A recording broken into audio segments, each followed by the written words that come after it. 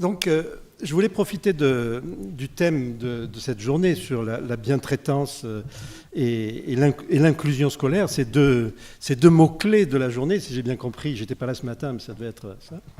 Pour vous présenter en fait un travail qu'on a mené à Marseille et à Paris aussi, avec une collègue qui est Marie-Pierre Pidal, qui est psychologue ici à Paris, et qui a fait son doctorat de sciences de l'éducation sur ce sujet-là, sur en fait la mise au point d'un outil d'évaluation du bien-être scolaire.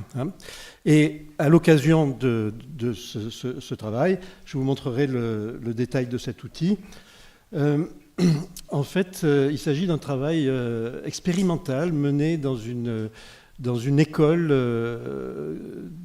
privée sous contrat à Marseille, qui a accepté d'accueillir notre projet, qui était un projet assez à contre-courant, on va dire, de ce qui se dit actuellement sur l'inclusion, et vous allez voir. Donc peut-être un aspect un peu provoquant qui pourrait en choquer certains, mais je suis prêt à discuter de ça.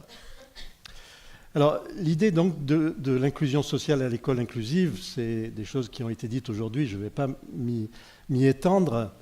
La définition de l'inclusion sociale, processus par lequel des efforts sont faits afin de s'assurer que tous, peu importe leurs expériences, peuvent réaliser leur potentiel dans sa vie. L'inclusion scolaire, puis maintenant l'école inclusive, qui est une inversion qui s'impose actuellement, est à la fois une philosophie et un ensemble de pratiques pédagogiques permettant à chaque élève de se sentir confiant, sécurisé par l'équipe éducative.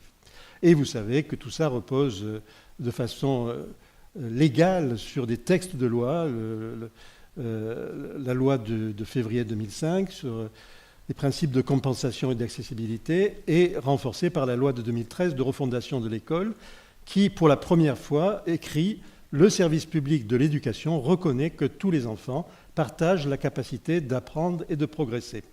Il veille à l'inclusion scolaire de tous les enfants, sans distinction. » Juste un retour en arrière pour rappeler que le point de départ de tout ça, c'est la fameuse déclaration de Salamanque de l'UNESCO en 1994 qui stipule que les personnes ayant des besoins éducatifs spéciaux doivent pouvoir accéder aux écoles ordinaires qui doivent les intégrer dans un système pédagogique centré sur l'enfant, capable de répondre à ses besoins. Les écoles ordinaires ayant cette orientation intégratrice, je l'ai mis en gras pour signifier le fait que ce ne soit pas forcément toutes les écoles ordinaires qui ont cette orientation intégratrice, constitue le moyen le plus efficace de combattre les attitudes discriminatoires en créant des communautés accueillantes, édifiant une société intégratrice et atteignant l'objectif de l'éducation pour tous. Elles assurent efficacement l'éducation de la majorité des enfants et accroissent le rendement et, en fin de compte, la rentabilité du système éducatif tout entier. On voit derrière cette philosophie une ambition qui est beaucoup plus vaste que l'éducation et l'enseignement lui-même, puisqu'il s'agit de transmettre aux membres de la future société des notions, des valeurs qui sont celles qui sont enseignées là et qui sont proposées par ces mots. Alors vous connaissez certainement cette représentation, la séparation, l'exclusion, l'intégration et l'inclusion. Ce qui est dessiné parle de soi-même, ce n'est pas la peine de le commenter, si ce n'est pour souligner le fait qu'il y a probablement une progression entre ces quatre termes depuis la séparation, passant par l'exclusion et l'intégration jusqu'à l'inclusion. Ce que je vais essayer de prétendre, moi, de mon côté, c'est que ce schéma n'est pas terminé et qu'on devrait pouvoir aller plus loin que ce dernier chapitre pour aller vers une inclusion plus. Et on va voir ce qu'on peut entendre par là.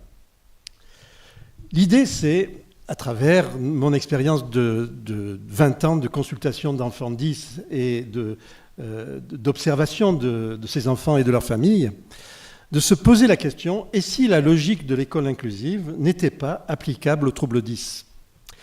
Alors pour ça, je ferai juste référence à un cerveau, et je vous abreuverai plus de neurologie après, je vous en promets, pour rappeler que ce qui se passe au niveau du cerveau d'un enfant 10 et d'un enfant qui apprend, en général, c'est quelque chose qui peut se résumer en 4 niveaux. Un niveau génétique, un niveau neuronal, un niveau cognitif et un niveau clinique. Si vous voulez,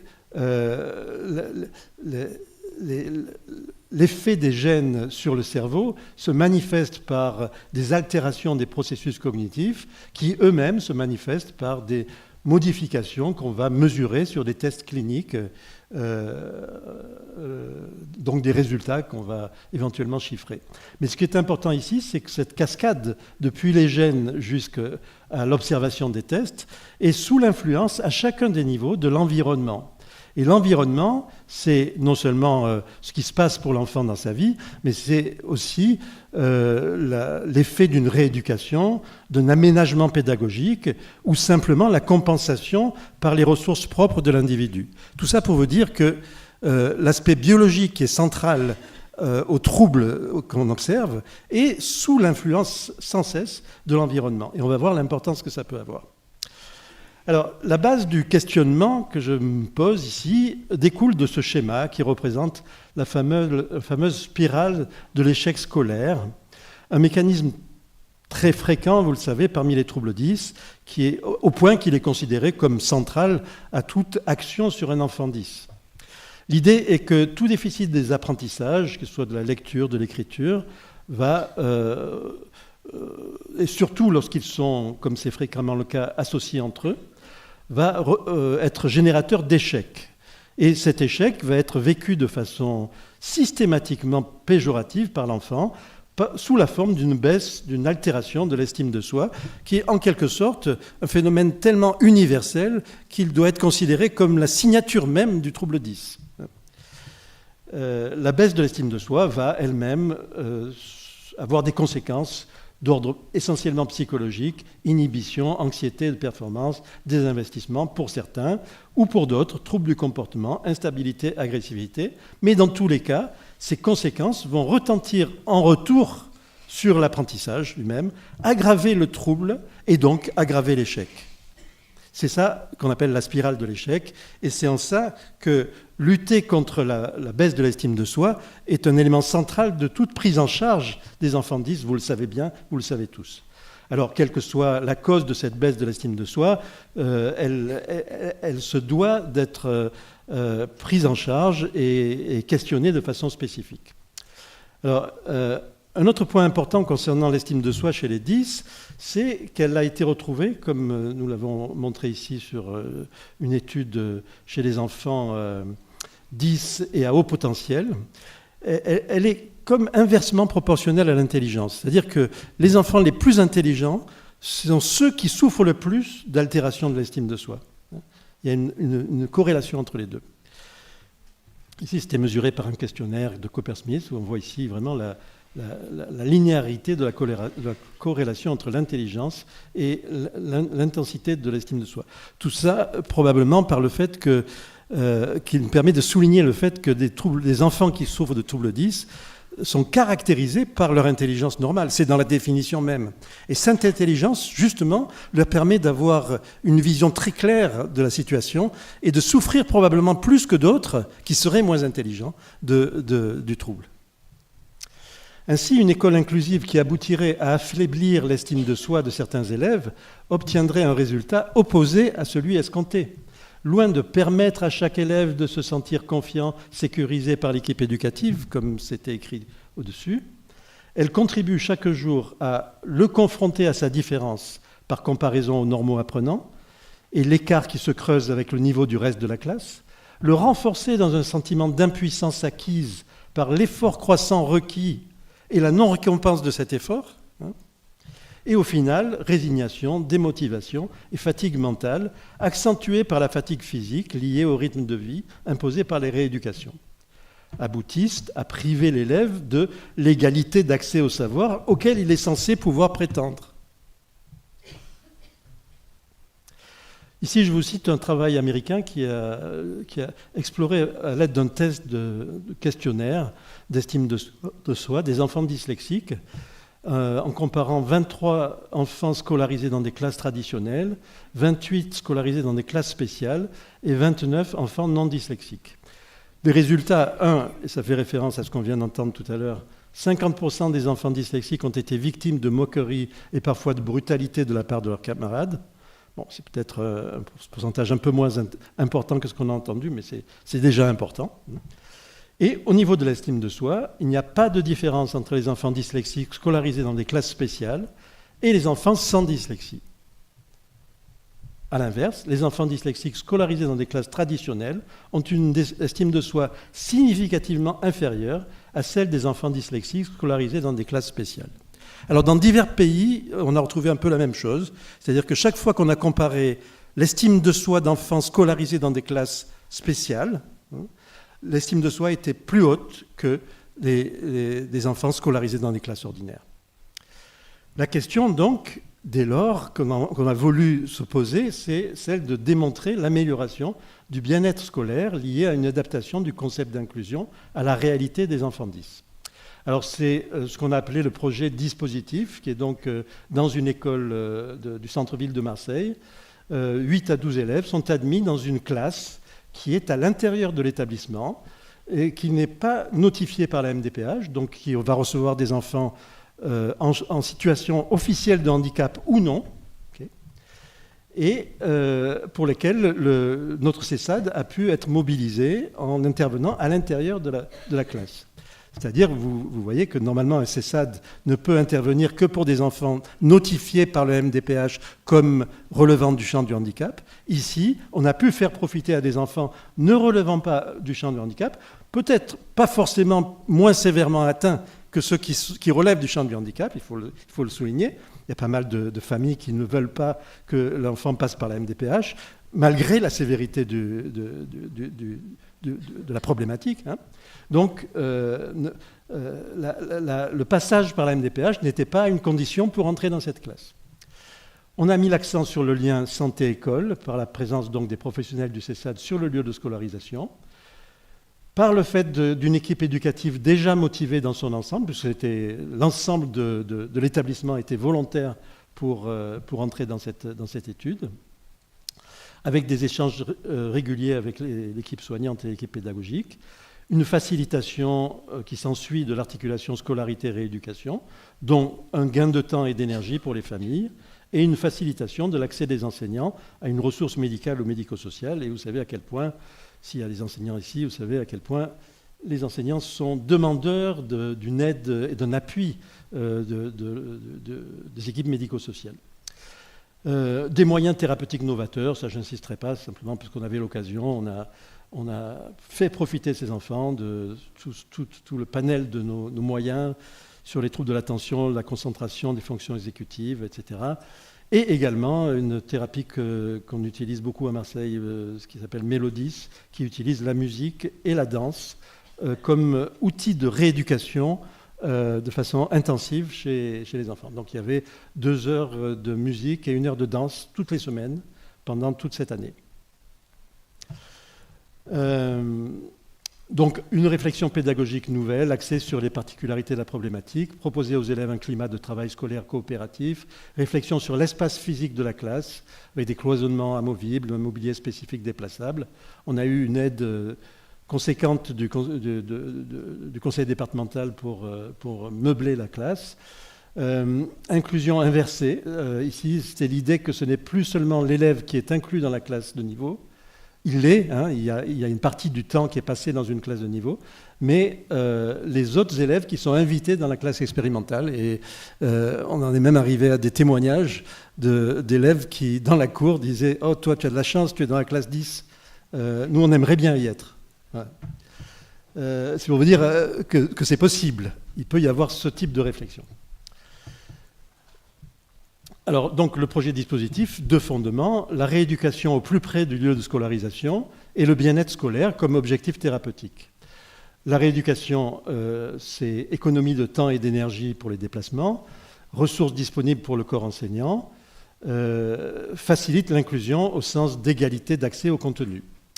Et le bien-être scolaire, c'est quelque chose sur lequel on a centré notre travail d'évaluation grâce à un outil spécifique qui a été construit par Marie-Pierre Bidal, qui s'appelle le MVS, que je vous présente très rapidement ici.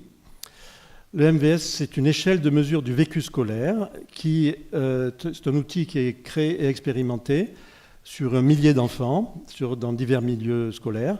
Un protocole qui contient 36 items, avec une réglette de mesure qui est étalonnée de 0 à 10, et un accompagnement individualisé, oralisé et explicité de chaque enfant quand on lui fait passer le questionnaire.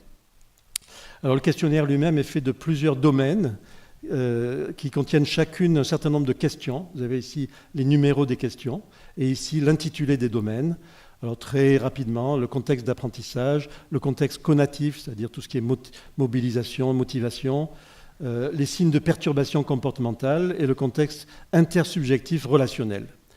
Donc l'enfant répond à ces questions sur une échelle de 0 à 10 et on a, pour pouvoir mieux les dépouiller, des couleurs différentes pour chaque type de domaine exploré. Alors évidemment, on le faisait passer 2 fois. La première fois, on le met à l'imparfait parce qu'on lui demande de répondre pour ce qu'il expérimentait l'année précédente avant d'entrer dans la classe. Et la deuxième fois, au présent, en lui demandant maintenant qu'il est dans la classe, comment tu ressens chacun de ces domaines-là. Et les résultats ont été très spectaculaires, puisque ici vous avez en rouge vers le côté gauche toutes les questions sur lesquelles il y a eu une amélioration significative entre le mois de septembre et le mois de juin, et en vert les mêmes résultats, mais pour 3 classes de CM1 et de CM2 de la même école qui recevaient des enfants non dyslexiques. Et évidemment, on voit que la différence est majeure et très très significative. La classe ordinaire. Alors il y avait un autre questionnement qui a été porté ici. On a demandé à chaque élève également de répondre au questionnaire en se plaçant soit dans la classe 10, soit dans sa classe d'intégration, d'inclusion. Et par exemple, une question comme tu aimais quand le travail était difficile pour essayer de le dépasser, ou il t'arrivait de te sentir nul ou incapable. À chaque fois, la question était posée pour les 2 situations, dans la classe ordinaire ou dans la classe 10. Et là aussi, il n'y a pas photo, je dirais. La différence est très nette. Chaque enfant de la classe 10 disait de façon très significative être beaucoup plus positivement, un ressenti beaucoup plus positif dans la classe 10 que dans la classe d'inclusion. En conclusion, donc, la question qu'on peut se poser, c'est l'école inclusive est-elle nécessairement synonyme de bientraitance ? Contrairement à la plupart des autres causes de handicap, il faut rappeler que le trouble 10 a des spécificités. Et sa spécificité principale, c'est qu'il est lié à l'école. C'est finalement le seul handicap qui soit directement manifesté à l'école et par l'école. Aucun autre handicap ne porte aussi spécifiquement sur l'apprentissage lui-même. La confrontation au regard de l'autre et la conscience souvent aiguë, comme je le disais, de la différence, provoquent invariablement une altération de l'auto-estime et ses conséquences dévastatrices selon la fameuse spirale de l'échec, débutant très tôt dans la scolarité. Dès le CP, les enfants commencent à manifester ce début de spirale de l'échec. Dès lors, à vouloir à toute force appliquer le dogme de l'école inclusive à tous les élèves, on risque d'en pénaliser une grande partie. Pour l'enfant 10, la vraie inclusion est celle où l'école n'est plus un frein à la restauration des fonctions cognitives. Permettre aux soignants d'intervenir dans le lieu et le temps scolaire, c'est une économie de fatigue pour les enfants et les parents. Protéger prioritairement l'enfant 10 de la confrontation à l'échec et de la comparaison aux normaux apprenants, source de démotivation et de perte d'auto-estime, d'où aggravation de l'échec, encore une fois. Co-construire un projet rééducatif et pédagogique qui implique l'ensemble des enseignants et des élèves de l'établissement, et ça c'est très important. Si l'ensemble de l'établissement n'est pas volontaire de façon collective, ça ne peut pas marcher aussi bien. En revenant régulièrement sur les notions de diversité, de différence cognitive, de bienveillance, tant pour les enseignants que pour les autres élèves de l'établissement. Donc, ce que je dirais, c'est que faire évoluer le concept d'école inclusive depuis une injonction dogmatique vers une bientraitance pragmatique pourrait être un avenir de la notion d'inclusion.